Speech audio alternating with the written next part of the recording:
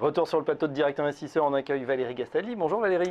Bonjour Fabrice. On va parler du S&P tout de suite avec vous. Est-ce que les Américains ont la gueule de bois après ce FOMC? Ils ont pris champagne pendant la nouvelle, le mercredi, Oui. et puis hier on a fait un petit peu plus grise mine.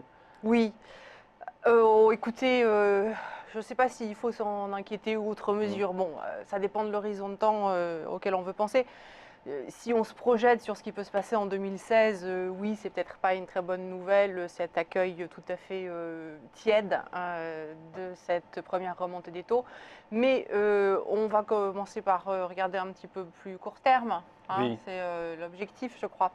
Et finalement, si on regarde ce qui se passe sur le S&P 500, voilà le futur mars 2016, regardez depuis un mois et demi, on ne fait rien en fait. On est à plat, on monte, on baisse, on monte, on baisse. Alors il y a une petite amplitude, mais ce que je veux dire, c'est qu'il n'y a pas une tendance qui est très marquée à la hausse ou à la baisse. Donc dans ce type de situation, il faut avoir une certaine attitude en trading. Cette attitude, c'est de partir sur des horizons de temps plus courts et vraiment de se concentrer plutôt sur de l'intraday, et deux, de ne pas chercher à faire des gros profits. Il faut entrer, sortir, ne pas rester trop longtemps dans le marché. Je ne suis pas du tout quelqu'un qui fait du scalping, hein, donc ce que je vous propose, ce n'est pas de tenir une position pendant 3 secondes, mais disons que réduire le temps entre 1 heure d'investissement. et 3 heures, voilà, c'est bien, on vient, on prend un 8% sur cet horizon de temps-là, et puis on s'en va, et il ne faut pas se dire que quand on a sorti la position, on va recommencer en sens inverse parce que le marché va se retourner, etc. Quand on a fait un trade gagnant dans la journée, c'est bien, je trouve. Ouais, entre 1 heure et 3 heures, ça veut dire qu'on reste quand même pas mal derrière ces écrans. On est Non, on n'est quasi. pas obligé de rester derrière On l'écran. fait 1 heure, 3 heures, et Peut après on s'en mettre... va. On ouvre, on ferme sa Non, position. mais on entre les ordres et puis on a le droit de partir faire autre chose Bon, pendant ce temps-là.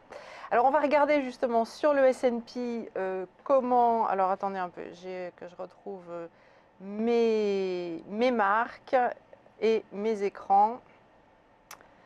Hop, où est-ce qu'on S&P a le S&P? futur. Alors, j'espère qu'on l'a, oui. Voilà, on n'a peut-être pas tous les cours les plus récents. Voilà, alors où est-on sur cette évolution du S&P? Là, on a un graphique en bâtonnet horaire. Voilà donc la hausse qui a précédé la Fed et suivi la Fed. Ici, ce sont ces grandes barres blanches qui ont suivi la Fed. Et puis, une belle ouverture hier après-midi pour se retourner complètement à la baisse. Mm. Alors, cette baisse, en fait, elle a permis de retracer 62% de la hausse, justement, dont on vient de parler. Et vous voyez que cette zone ici, autour du niveau actuel, c'était pas franchement une tête-épaule inversée parce que l'épaule ici était trop petite, mais c'était quand même une espèce de base de retournement. Donc on est arrivé sur un support qui est relativement solide, c'est un retracement de Fibonacci. Je vais vous ajouter comme indicateur le stochastique. C'est un indicateur qui n'est pas super intelligent, mais en période de consolidation, c'est très bien. Et on est en période de consolidation, c'est ce que je vous ai montré avec le graphique daily tout à l'heure. Donc il faut s'équiper assez simplement et il faut attendre qu'on arrive sur un niveau de support, qu'on ait une indication de survente avec le stochastique qui réagit relativement vite, et donc se mettre face à cette petit bout de Revenir dans la tendance. tendance. Petit bout de Voilà, tendance, petit bout de ça peut pas tendance aller chercher loin. baissière. Bon, alors combien donc ça fait autour de 2014, hein, le niveau autour duquel il faut organiser son trading. Quel type d'objectif on va avoir 2037? Voilà, je dis, il ne faut pas être trop ambitieux. Mais enfin, 2014-2037, c'est quasiment 1%. Donc, cela dit, il faut placer le prix d'entrée un peu au-dessus de 2014. Et peut-être qu'on va vouloir prendre son profit un point ou 2 points en dessous de 2037. Donc, Et le quand stop? on regarde le stop en dessous de 2014, donc là, vous voyez qu'on a un petit niveau de support juste en dessous. Donc, moi, je dirais qu'un stop à tour de 2010, c'est bien. Voilà. 2010, c'est bien, oui. La tendance qu'on a vue justement sur les US avec effectivement le phénomène, on achète la rumeur, on vend la nouvelle. On l'a vu Ouais. aussi un petit peu sur le CAC qui avait démarré en trombe, hein, qui rattrapait son retard et qui s'est essoufflé dans la journée d'hier. Ça continue Et d'ailleurs un ce petit peu matin, ce matin, mais bon, nous, 4664. notre recommandation ce matin, c'était, vous voyez le support à 4617, c'était notre support majeur hier, c'est le niveau qu'on est venu tester ce matin à l'ouverture, c'est le niveau qu'on a recommandé d'acheter, ça vaut toujours. De la même façon que le S&P avait ce niveau à 14, là on a un niveau à 617. Et notre premier objectif, c'est 4692. Là aussi, c'est pas très ambitieux. On ira peut-être au-dessus, mais un tien vaut mieux que deux tu l'auras dans ce type de journée. Vous voyez, on avait des stochastiques qui étaient survendus et qui donc méritaient d'ouvrir plutôt des positions à l'achat, mais ce n'est pas des convictions très violemment haussières. C'est-à-dire que si le mouvement est lent, peut-être qu'en fin d'après-midi, si on revient au-dessus de 4692, on proposera de revendre. Voilà, on ne joue pas des tendances, on joue le fait qu'on est dans des périodes qui sont plutôt des périodes de consolidation pour des raisons différentes en Europe. En Europe, les tendances, elles sont plutôt baissières. Mais on arrive dans la période d'avant Noël ou autour de Noël, qui sont des périodes au cours desquelles on a plutôt des gens qui viennent acheter le marché. On a peu de gens qui vont ouvrir des ventes à découverte à ce moment-là de l'année, et on a dans l'ensemble plutôt un flux qui est légèrement acheteur à la marge. Donc pourquoi il y a ce flux acheteur en fin d'année?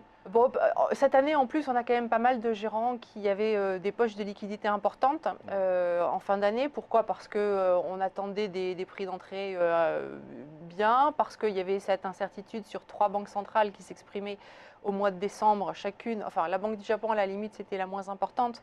Mais les deux autres, elles avaient des annonces potentiellement importantes à faire. Et dans ces cas-là, on a envie d'avoir une poche de liquidité pour se permettre de réagir s'il y a des soldes. Hein. Il y en a eu. Il y en a eu un peu. Voilà. Donc ces poches de mal. liquidité, c'est bien pour se donner une marge de manœuvre. Mais quand on arrive en fin d'année, qu'il va falloir prélever les frais de gestion, justifier du travail que l'on fait, on a plutôt intérêt à être investi. Voilà. Pour les comptes qu'on envoie en fin d'année, il ne faut pas avoir trop de liquidité dans les portefeuilles. Sinon, donc il y a des attendez, flux vous gérez le cash, là ça ne va pas du tout. Voilà. Et puis se repositionner aussi pour déjà anticiper le début d'année, en général janvier, un petit peu effet rentrée, non Oui, il peut aussi y avoir de ça. Effectivement, les premiers jours de janvier sont le plus souvent au cours de la première semaine haussier. Statistiquement, on a plutôt intérêt à être long pour les premiers jours de janvier. Et comme on sait qu'à partir du 25 décembre, il va y avoir très peu de liquidités, les positions, il faut un petit peu les bâtir maintenant. C'est les derniers jours qu'on a pour bâtir les positions pour début d'année. Donc un effet saisonnalité qui est plutôt favorable. C'est pour ça que quand on arrive sur des zones de survente avec des supports qui sont importants, parce que vous voyez que ce support sur le CAC, en fait, là aussi, il a organisé une base. C'est le niveau à partir duquel on a accéléré à la hausse avant la Fed. Les niveaux de changement de vitesse sont toujours des niveaux très importants pour le trading. Donc voilà, je vous dis, c'est des petites stratégies. Parce qu'en ce moment, évidemment, il y aura, on est dans des petits mouvements. Exactement. Et puis, il n'y a pas vraiment aussi non plus de catalyseur. On est au bout, Valérie. Merci beaucoup pour cette analyse. On vous retrouve l'année prochaine, fidèle au poste. Volontiers. On vous invitera avec Bonne plaisir. Fête. Merci. Dans un instant, la suite, on sera en compagnie de Xavier Fenot. À tout de suite.